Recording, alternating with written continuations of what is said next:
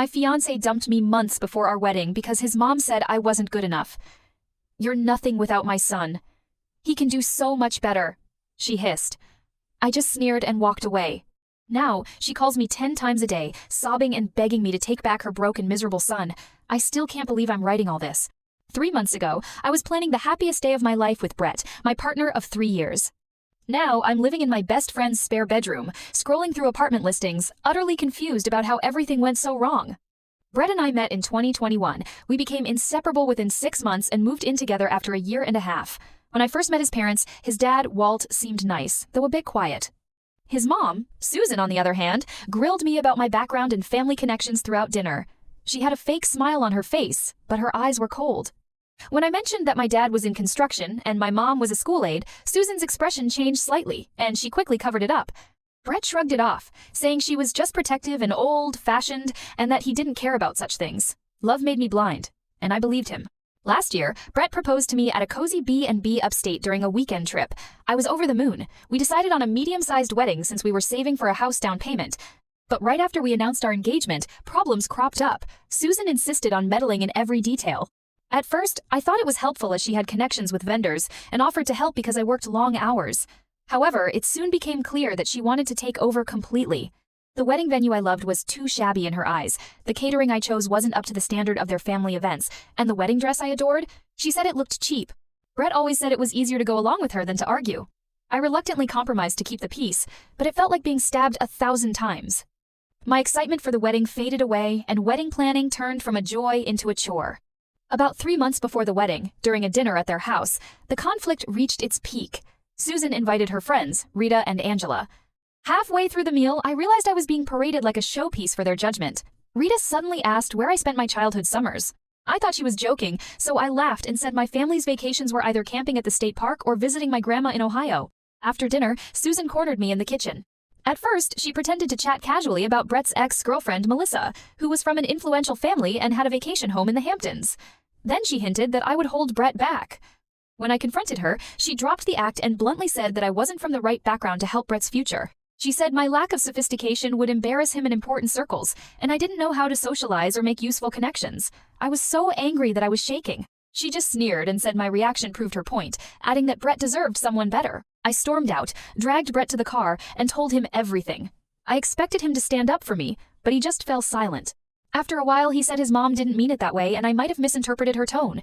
That night, we had a huge fight. I couldn't believe he was siding with his mom. Later, he admitted that Susan had been saying we were incompatible for months, and he had started to believe her. In the following 2 weeks, things went from bad to worse.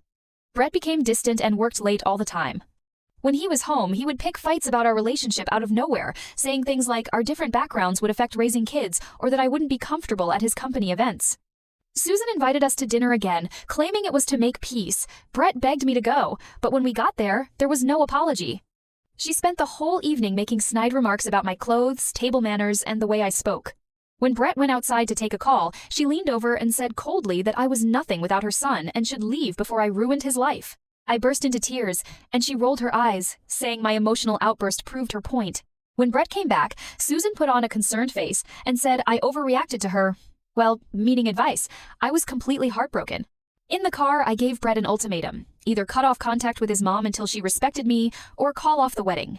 But he chose his mom, saying maybe she was right, and we were too different to make it work. The man who once said he didn't care about status and background was now parroting his mom's words. I took off my engagement ring, threw it on the dashboard, and asked him to drop me off at Angela's place. He didn't even try to stop me when I got out of the car. The next day, while Brett was at work, I went back to the apartment and packed most of my things. I left the key and a note saying I'd get the rest later. I blocked Susan's number immediately, but kept Brett's in case he came to his senses. A few days later, he sent a half-hearted text saying he was confused and needed time. I replied that there was nothing to think about. If he couldn't build a life with me based on love and respect, we had no future.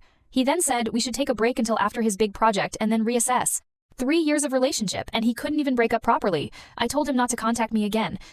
According to our mutual friends, Brett told people we called off the wedding because of different life goals. Meanwhile, I was trying to rebuild my life. Yesterday, Susan somehow got my new number and left me a voicemail, sniffling and saying she wanted to talk about Brett. I deleted it without listening to the whole thing. Their family drama was no longer my problem. The wedding was supposed to be next week. Now, I booked a beach rental on Airbnb for a solo trip. It wasn't the honeymoon I'd imagined, but perhaps it was the fresh start I really needed. The first month after the breakup was a blur. I stayed on Angela's pull-out couch for far too long. Every morning, I'd wake up, reach for Brett instinctively, and then remember that it was all over. I lost my appetite and lost 10 pounds without even trying. Angela would leave protein bars on the coffee table because she was worried I'd forget to eat. I stared at apartment listings but was too afraid to call. It felt like renting a new place would mean the final end of our relationship. 3 weeks later, Angela took me to see a new apartment in her friend's building. It was a small one, bedroom with a tiny kitchen, but it was within my budget and close to work. I signed the lease right away. Moving was another headache. I left most of my furniture at Brett's place as I didn't have the energy to arrange movers. Angela and her boyfriend helped me buy the essentials from IKEA, a bed, a small couch, and a dining table that could also be used as a desk. The apartment was empty for weeks, and I didn't have the heart to decorate it. Work became my refuge. I'd arrive early, leave late, and volunteer for extra projects to avoid being alone in the empty apartment. My boss noticed my efforts and gave me more responsibilities, like coordinating with other departments and training new hires. It felt good to be needed. About 2 months after the breakup, I ran into Nick, Brett's brother, at the grocery store. When I saw him, I wanted to hide, but he spotted me first. He came over and apologized for his mom's behavior, saying he had argued with her. It was a strange feeling to hear someone from Brett's family admit I was wronged. I also learned from him that Brett wasn't doing well. I thanked him and ended the conversation quickly. I wasn't ready to get involved with that family again.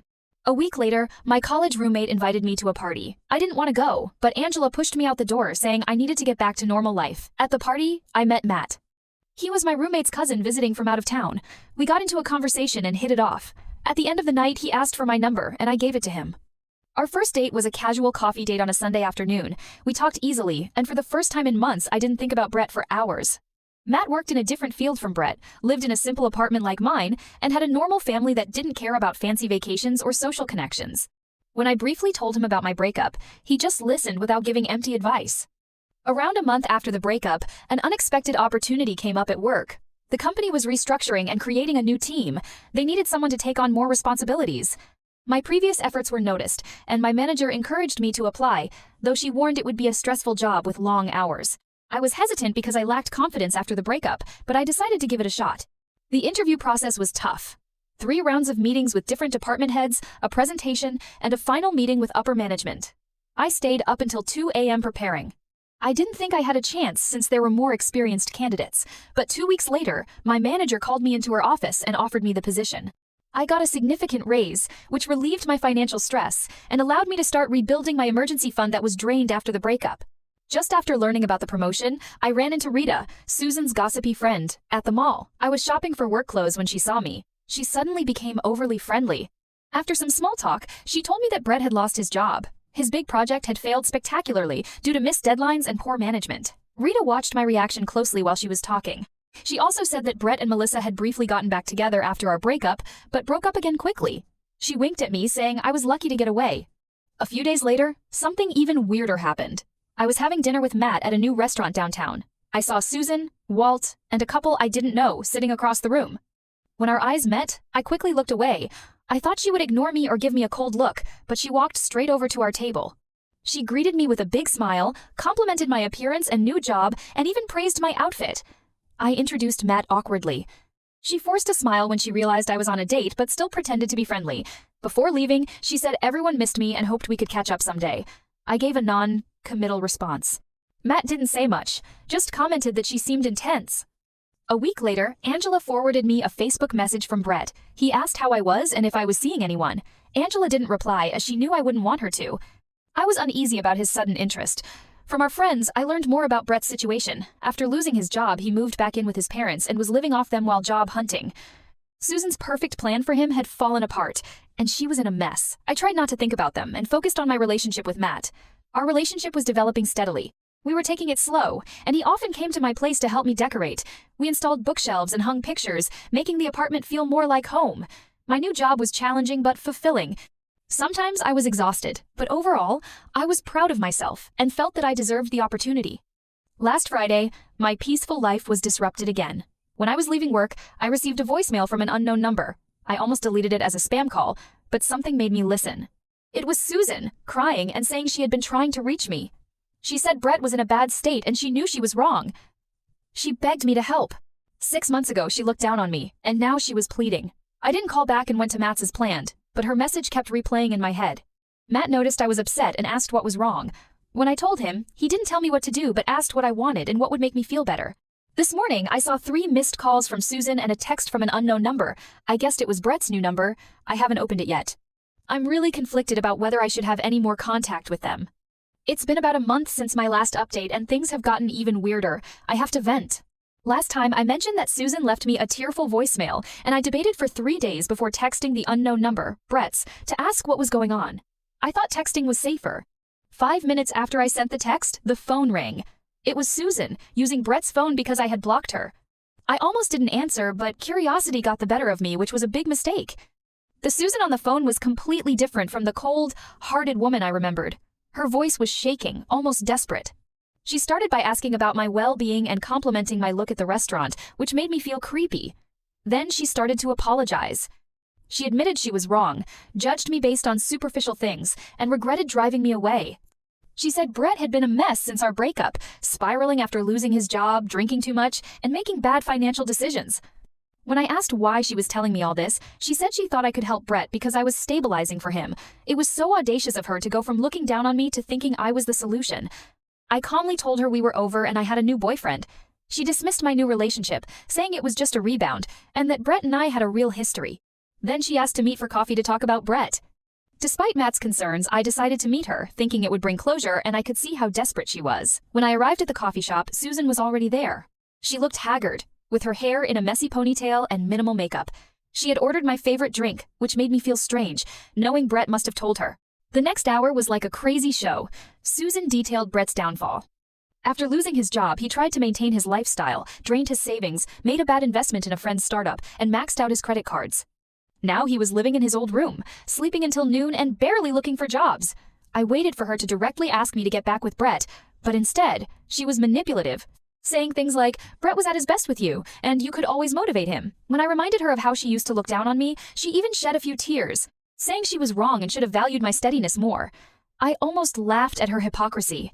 I was suddenly steady instead of boring. I left feeling empty. I thought I'd feel satisfied seeing her in such a state, but I mostly felt pity and some lingering anger. I said I'd think about talking to Brett but made no promises. I thought that was the end, but the next day she called to follow up. Then she called again to say Brett asked about me and then to mention a job opening and wondered if my company was hiring. She called every day, and I just let it go to voicemail. Her messages got more and more desperate. She said Brett's dad was going to cut him off financially, and their family friends were asking embarrassing questions. She even brought up my parents, saying she wanted to make amends with them. Nick texted me one evening to apologize for his mother's behavior. He told me that Brett's situation was worse than they had let on. Brett had been drinking heavily after the breakup, which affected his work performance. Nick said Susan partly blamed herself for pushing me away and thought it was the start of Brett's decline. But he also emphasized that Brett was responsible for his own choices, and I shouldn't feel pressured to get involved. I really appreciated Nick's honesty. Meanwhile, things with Matt were getting more serious. He was extremely understanding throughout this whole situation, never pressuring me. We started talking about moving in together when his lease ended in a few months. The contrast between the chaos of Brett's family and Matt's calm support was really obvious to me. About 2 weeks after our coffee meeting, Susan took things too far and showed up at my workplace. As I was walking to my car after work, I saw her waiting in the parking lot, clutching a folder with Brett's resume. She pleaded with me to put in a good word for him at my company. I was furious. I told her firmly that her behavior was inappropriate and she needed to stop bothering me. She started crying right there, saying she didn't know what else to do as Brett wouldn't listen to her. Some of my coworkers witnessed this embarrassing scene. I led her to a bench away from the entrance and told her calmly that I couldn't help her or Brett, and that our relationship was over. She finally left. For the rest of the week, my coworkers gave me curious looks because of what they saw in the parking lot. Angela, who also works in my company, had to deal with people asking about the crying woman. It was so embarrassing and annoying. Then Brett finally reached out. He sent a long text message, apologizing for his mother's actions and how things ended between us. He admitted that he made a huge mistake by listening to his mother instead of standing up for our relationship. He said he missed me every day but was too ashamed to contact me directly. After reading the message, I felt nothing. No lingering feelings, no sense of satisfaction. Just tiredness and a feeling of closure. I showed the message to Matt and he read it without saying much. I didn't respond to Brett right away. I needed time to think about what, if anything, I wanted to say. But Susan didn't give me that time. The next morning, she called to ask if I received Brett's message and what I thought. When I told her it was inappropriate for her to interfere in our communication, she got defensive and said she was just trying to help. That's when I snapped. I told her in a cold voice that I was blocking her number after this call, and if she contacted me at work again, I would report it as harassment. I also said that Brett was an adult and should solve his own problems instead of relying on his mother. Before hanging up, I added that maybe if she had raised Brett to value people's character instead of social status, he wouldn't be in this mess. That evening, I finally replied to Brett's text. I told him I forgave him for how things ended because holding on to anger wasn't helping either of us. But I also made it clear that we had no future together. I had moved on, and he should too. I suggested he get professional help for his drinking and gambling problems and stop letting his mother fight his battles. I ended by wishing him well and asking him not to contact me again. Right after sending that message, I blocked both of their numbers. It felt like closing a door that had been causing me trouble for far too long. However, the next day, I got an Instagram DM from Susan. She created a new account just to message me. This time, she was angry. She accused me of being heartless and abandoning Brett when he needed me the most. She said I was throwing away years of our relationship because of pride. That last part almost made me laugh. It was so ironic that she was talking about pride when she was the one who destroyed our relationship with her arrogance. I didn't respond and just blocked that account as well. But she didn't give up. She sent emails from new addresses and even a handwritten letter to my apartment. Each contact was more desperate than the last. The last straw came last weekend. Matt and I were having dinner at my apartment when there was a knock on the door. I opened it and was shocked to see Brett standing there, looking disheveled and clearly drunk. Susan was nervously hovering behind him. I was speechless at first. Matt came up behind me to see who it was. The look on Brett's face when he saw Matt was almost pitiful. What followed was really awkward. Brett started talking about our past and how much he regretted his choices. Susan kept interrupting, saying how good we were together. I didn't let them in. Instead, I stepped into the hallway and closed the door partially. I told Brett gently but firmly that this was inappropriate. Showing up unannounced at my home crossed a serious line, and I meant what I said in my message about moving on. Surprisingly, Brett turned to his mother and said, "I told you not to come." This just makes things worse. Then he apologized to me again, not for the breakup this time, but for not protecting me from his mother before. Since that encounter, I haven't heard from either of them for 5 days. Nick texted me once to apologize again and let me know that he was taking Brett to his first Gamblers Anonymous meeting. I thanked him but didn't ask for more updates. Matt and I are going on a weekend trip soon. I've changed my email address and asked my manager to watch out for any unwanted visitors. Life goes on, and surprisingly, it's much better than I could have imagined a year ago when I was planning a wedding with the wrong person. I'm not sure if I'll need to post another update.